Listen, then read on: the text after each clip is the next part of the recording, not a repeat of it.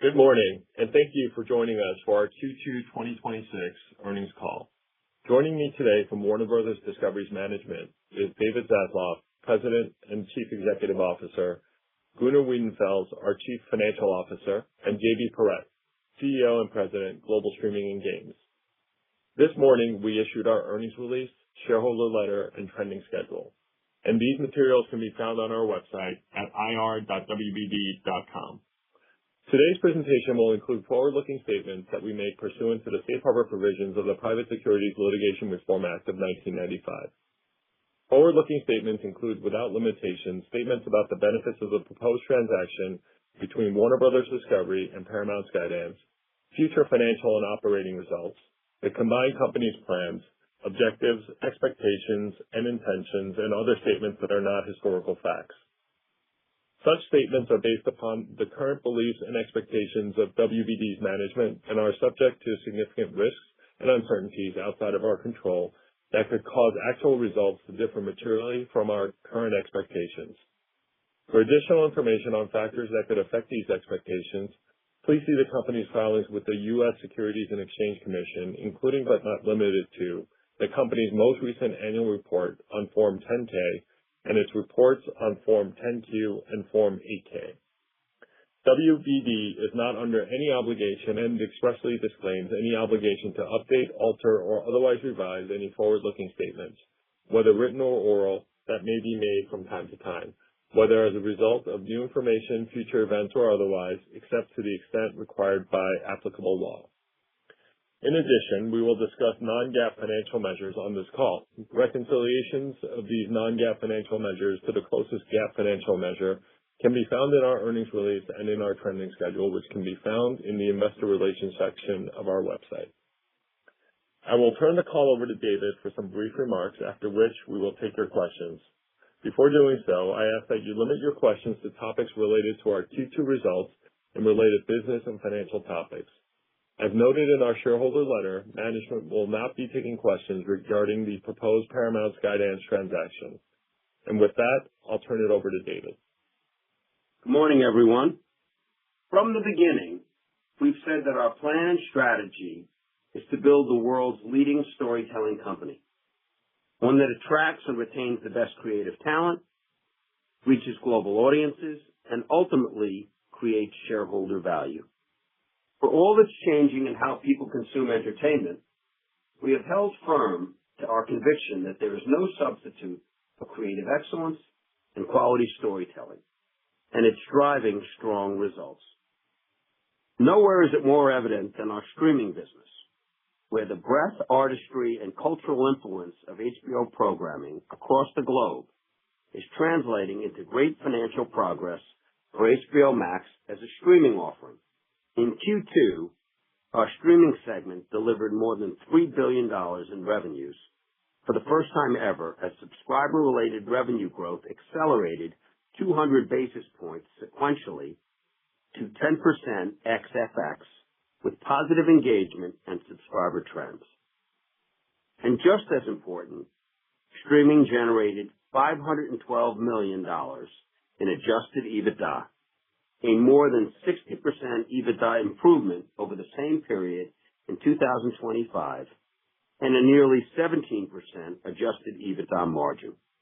This altogether represents a powerful and impressive business turnaround from a predominantly U.S.-only HBO streaming business, losing $2 billion plus in 2022, to a global, high-growth asset where HBO is globally recognized as the highest quality streaming service in the world. HBO series are finding a bigger global audience more consistently than ever before. So far in 2026, The Pit, A Knight of the Seven Kingdoms, House of the Dragon, and Euphoria have each averaged at least 25 million global viewers per episode, with several programs exceeding 30 million average viewers. And with the new season of Gilded Age and the debuts of Lanterns and Harry Potter coming soon, as well as our strong content pipeline in 2027, we expect that momentum to continue. This year's Emmy Awards also attest to our commitment to storytelling excellence, with WBD leading the industry with 150 nominations.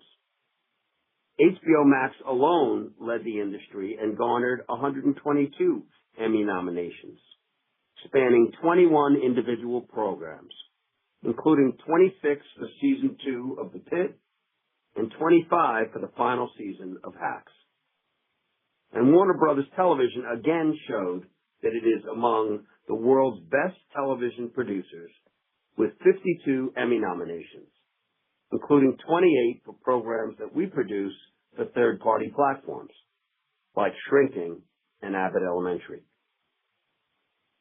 Our quality programming is also fueling our global network's resilience as they contend with continued headwinds. In Q2, our roster of premium sports properties showed its value as we saw the highest-rated national championship basketball game ever on TNT Sports, a more than 20% increase in viewership for the MLB regular season thus far, and a 50% viewership increase for the NHL playoffs. In a turbulent geopolitical moment, the quality, trustworthiness, and reliability of CNN's journalism again proved itself. In Q2, CNN linear viewership increased 24% over the previous year, and minutes spent across all CNN platforms increased 19%. And our network brands were home to 4 of the top 10 shows in general entertainment across all cable networks during the second quarter. Just recently, Discovery's Shark Week saw its highest year-over-year growth in more than a decade, with Discovery ranked as the #1 cable network in prime time among people aged 25 to 54 across Shark Week's first 3 nights. There's no question that media is by nature a business full of hits and misses, and you see that reflected in our studio's results. While a handful of recent films have underperformed expectations, importantly, we've spent years transforming and diversifying our studio segment to better manage risk and volatility. The breadth of this business today across theatrical, television, licensing, games, experiences, retail, and consumer products has greatly improved its resilience and ability to generate consistent shareholder value. We are excited by what's in the pipeline from our remaining 2026 and 2027 film slate to Ted Lasso, to opportunities generated by Harry Potter. Over the long term, we continue to expect this segment to deliver our goal of generating over $3 billion in adjusted EBITDA. Taken together, our results this quarter show how much we've readied each segment of our business for the future. We've succeeded in making HBO Max a highly valuable global streaming service and are seeing strong financial returns now after years of heavy investment. We've optimized our global networks and continue to invest in general entertainment, sports, and news that serve tens of millions of global viewers. And over the last year, we've shown our studios remain the industry's creative leader, while simultaneously transforming its operating model and financial profile. As stated in our shareholder letter, we remain confident that our agreed-upon sale to Paramount Skydance will be completed. We are excited for what's ahead in the remainder of 2026 and beyond, and with that, we welcome your questions. We will now begin the question and answer session. If you would like to ask a question, just press star followed by the number 1 on your telephone keypad. And if you would like to withdraw your question, just press star 1 again. We'll pause for a moment to compile the Q&A roster. And our first question comes from the line of Steven Cahall with Wells Fargo. Steven, please go ahead. Thank you. David, can you speak a little more to the scripted show pipeline you've got upcoming on HBO? I think you've recently finished some big series, including Hacks and Euphoria. Maybe The White Lotus and A Night of the Seven Kingdoms fall into there. But will there be fewer returning shows in 2027? And are there any big IP shows that we should be aware of now that you've expanded into more territories globally to drive the growth in the segment? And then on the studio, I know you had a remarkable year last year. You talked about how it's a lumpy business, understandably a little lighter this year.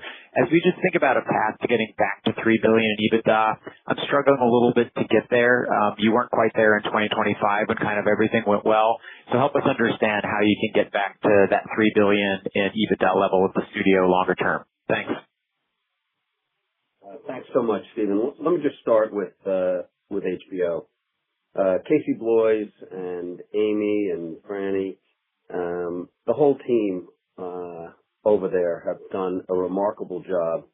When in 2022, HBO was basically producing almost all of its content, but they weren't using Warner Brothers. We've teamed them up together, and we've invested significantly in driving the overall quality and of the content. And Casey and his team now have the strongest HBO we've ever had. Together with all of the tentpole shows, we also have local content around the world.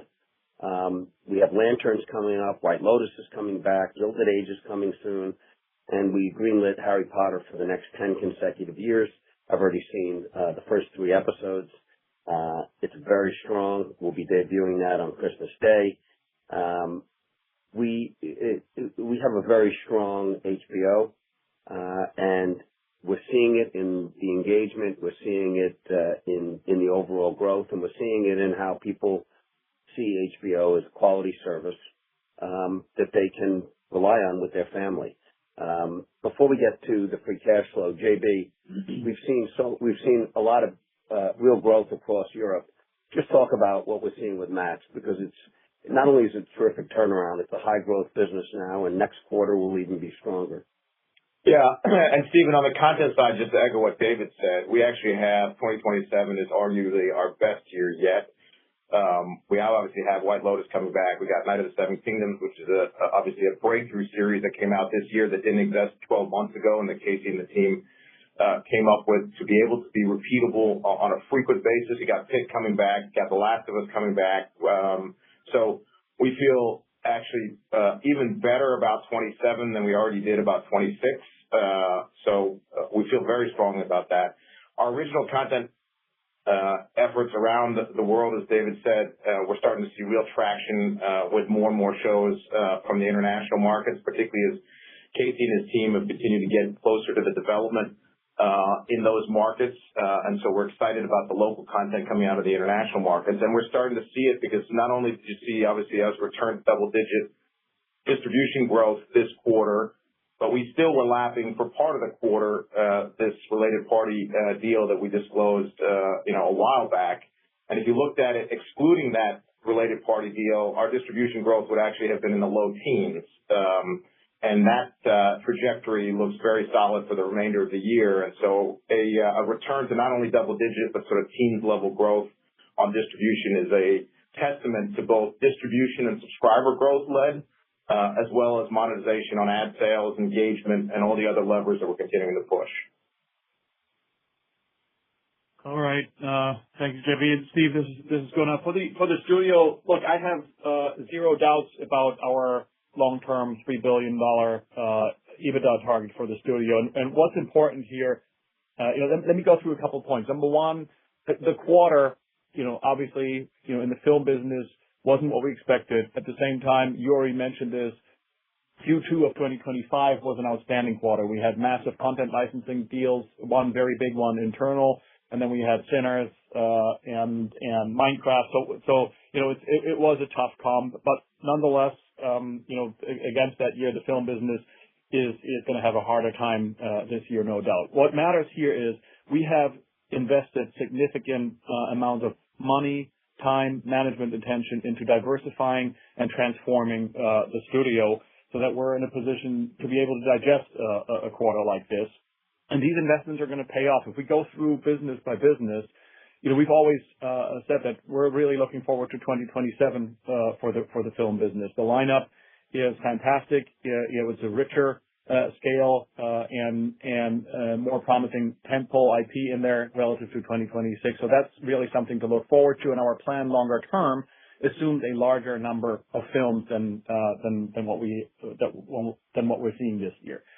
Warner Brothers TV, as David said a minute ago, is performing really well. More than 80 shows on air across every platform with all of the key buyers. And one thing that's going to help us going forward, if you take a step back, we're going to start benefiting from SVOD shows coming back to replenish our library. We've gone through a bit of an adjustment. If you look at a decade worth of this business, going from predominantly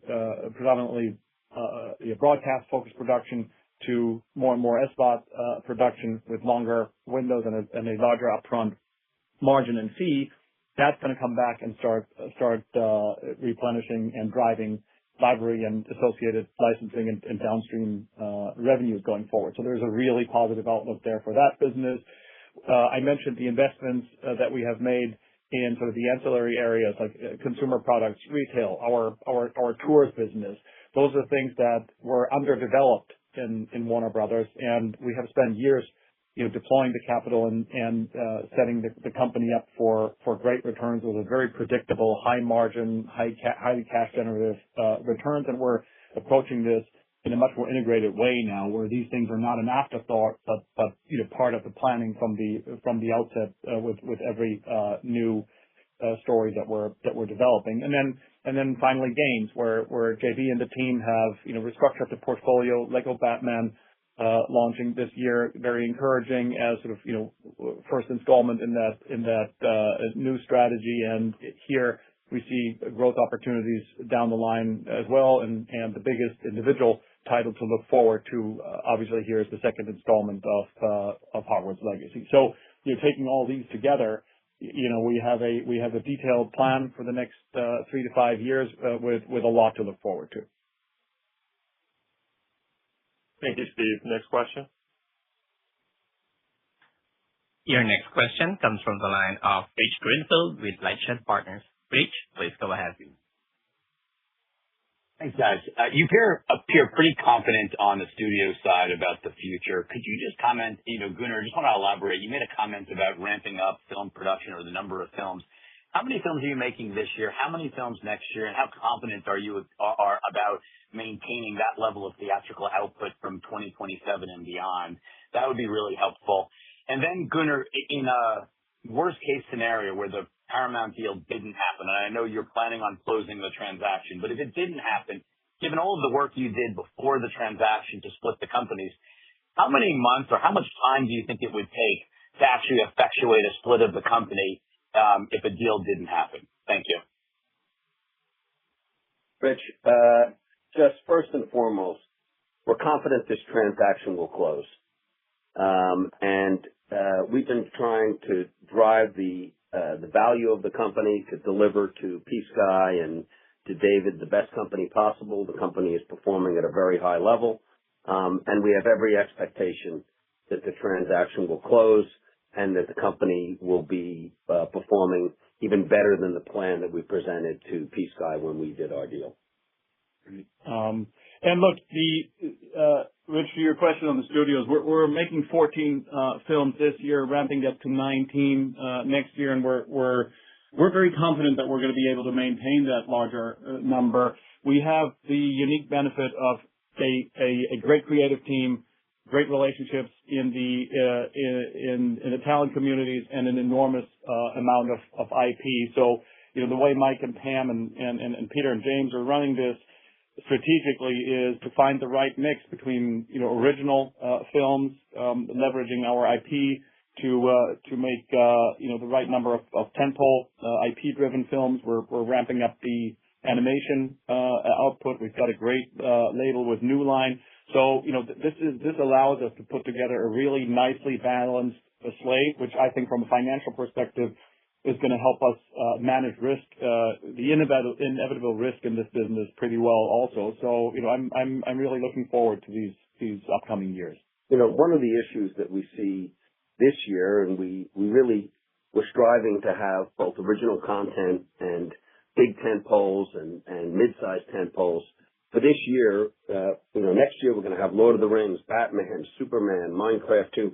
It's just because of our overall philosophy of making sure that we bring the motion picture to the market when the film is ready. We're a little light on those tentpoles. We do have Cat in the Hat coming. We got Practical Magic, and we think the back end of the year is going to be good for us. But when you compare that with what we have coming next year and the amount of tentpoles, if we had to do it, we would have kind of spread those a little bit more over this year and next year. And so I think you'll see next year and in the years ahead that we're really taking advantage of the big tentpoles and the great IP that Warner Brothers has to balance out the original content as we develop more bigger movies from scratch. Thank you, Rich. Next question. Your next question comes from the line of Sean Diffley with Morgan Stanley. Sean, please go ahead. Great. Thanks very much, team. Two, if I may. First, on linear advertising, down nearly 30%. Obviously, NBA, 20 points. But just comment on the underlying ad market, any categories you'd call out as weak, any crowding out from the World Cup. And then second question on the licensing front. How would you just describe the demand environment right now from other streamers? Obviously, you mentioned Ted Lasso. And then on the $5 billion of library revenue that you've generated on average, any help with how to think about margins there? Obviously pretty high as you guys referenced, but any help there would be appreciated. Thanks very much. Sure. Hey, Sean. So let me start with the licensing side quickly. We're seeing very healthy demand. This goes back to the enormous value of our library. I mean, we're getting healthy demand even for shows that are a decade old, and it's a healthy marketplace right now. And as you said, the margins are great. You could almost look at the studios business as a library-driven content licensing business, which we replenish with new creative every year. That's certainly the way from a financial perspective how it works, and that business is in very, very good shape right now, and I see no reason why that should change. As we said before, we have shifted a little bit, and we're utilizing a lot more of that content internally now, which obviously, it doesn't drive the immediate profits that an external sale would generate. But, you can see in this quarter, how the consolidated profits are benefiting from some of those licensing deals that we've done over the year, as we're utilizing content on JB's business and to some extent on our linear networks that we have self-created and that way internalized the margins. For linear advertising, you mentioned the biggest adjustment factor here with the NBA. That's been obviously a negative driver on ad revenues, a positive driver on profits in the second quarter as much as or more so even than in the first quarter. On an underlying basis, if we take it market by market here, in the U.S., trends are pretty consistent with what we've seen in the first quarter or into the end of last year. As David said earlier, we're very pleased with how our viewership is developing. We're up in general entertainment and very significantly up in news and sports. And sort of on the advertising side, we've kind of held a similar rate as earlier in the year. And so from that perspective, no trend change here. The picture is slightly different internationally, where Q2 was worse than Q1, and across all of our markets, we are seeing indications of just some caution, consumer weakness in the understandably difficult geopolitical environment. Again, the trends are slightly different from market to market, but Q2 a little weaker than Q1, and what we're seeing so far into Q3 in terms of July and August is also a mixed picture. Some markets looking better, others continue to look similar to the second quarter. So visibility is not great looking out into the rest of the year, and we'll see. And you already mentioned the World Cup. Obviously everywhere in the world, especially with the broader field this year, has had an impact on everybody who's not sort of been benefiting from that viewership. One of the things that we're seeing, and it varies by market, but the benefit of of the work that Casey and JB and the team have done in driving HBO Max globally, where, as you look at a number of countries, we're outrunning the decline by the significant growth that we're seeing at HBO Max. That's not true for all markets, but we're seeing it meaningfully in a number of markets, which is encouraging, and the continued growth of HBO Max becoming a critical element of us as a growth engine, and countering the cyclical decline that we're seeing. Thank you. Thank you, Sean. Your next question comes from the line of Jessica Reif with with Bank of America. Jessica, please go ahead. Hi, I think that's me. A couple of things. One, it seems like one of the most challenging things right now, given that the deal has been pushed out, is maintaining focus. Can you just talk about how you kind of manage the troops and keep everybody aligned at this, I guess, challenging time? Second, you haven't talked about DC for a while. I know, films, sometimes they perform, sometimes they don't. But is there any change in strategy, and can you talk about kind of the cadence from here? And then finally, on HBO Max, Disney mentioned on their call yesterday that the bundle is really working for both of you. Can you talk about what you've seen from bundling in general, or specifically with the Disney bundle? How much churn has come down, or can you talk about the magnitude of the benefits? That would be great. Thank you. Thanks, Jessica.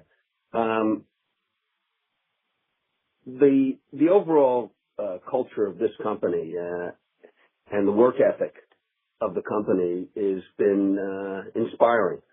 It has been challenging. Our focus has been how do we drive a stronger company to meet and exceed our business plan and deliver a stronger and higher growth company to P. Sky and David, so that Paramount coming together with Warner Brothers is even stronger. But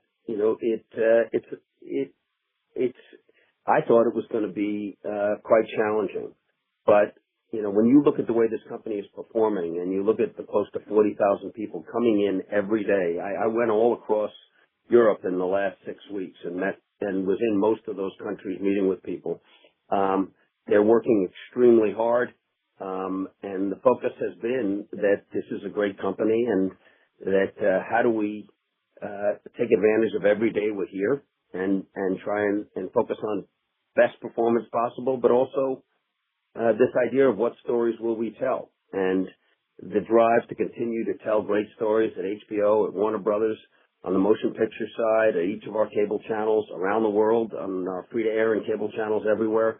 I'm quite inspired by the culture here and the drive to continue to put points on the board and take pride in the fact that this is a great company and we want to deliver a great company. And I do think it's unusual when you look at the overall performance of the company and how hard people are working. And so we're lucky, and I think that we have an unusual and set of employees that really love these assets. And as long as we're here, we're going to be working hard every day to continue to honor Warner and HBO and Discovery and all the great assets. On the DC side, James is focused on Man of Tomorrow. I saw some pictures yesterday that looked amazing. Actually, yesterday was James' birthday, and he's out working. He's working 16, 18 hours a day. It looks fantastic. We're super excited about it. Matt Reeves, I spoke to over the weekend, and he's working very hard on Batman. And we have Clayface coming up soon, which looks terrific. We got Lanterns launching in the next few weeks on HBO, which Casey and Sarah are super excited about. So DC feels very good, and we have a robust pipeline, and Peter and James are hard at work. JB, you want to talk about the bundles and how those are working around the world as well as with Disney here in the U.S. Yeah, Jessica, we've been big believers. David has been a big champion of bundles and the power that they can have for consumers, particularly at a time where obviously pricing continues to increase across the individual services. And we continue to see both benefits on subscriber acquisition as well as obviously retention and meaningful improvements in churn with those bundles. And it's a combination of distributor bundles like Verizon in the U.S., who bundles Netflix and us, or Mercado Libre and Claro in Latin America, or Canal Plus or Sky here in Europe, as well as programmer bundles, which Disney obviously in the U.S. has been our longest and most successful to date. RTL Plus in Germany when we launched early this year, which has the best of local and the best of global coming together. We'll be announcing another bundle coming later in this fall in Europe. We have a View bundle in Southeast Asia. And so we continue to be big believers in it. We see, the proof is in the data in both, as I say, acquisition and meaningfully better churn.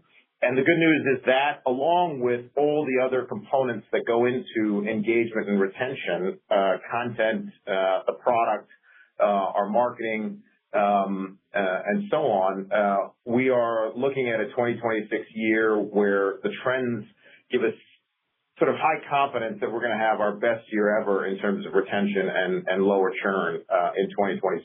And so that trend is also helping, and we see that trend continuing, particularly as we talked about earlier, as the strength of our content lineup and the consistency of it throughout the year makes us feel even more bullish for 2027.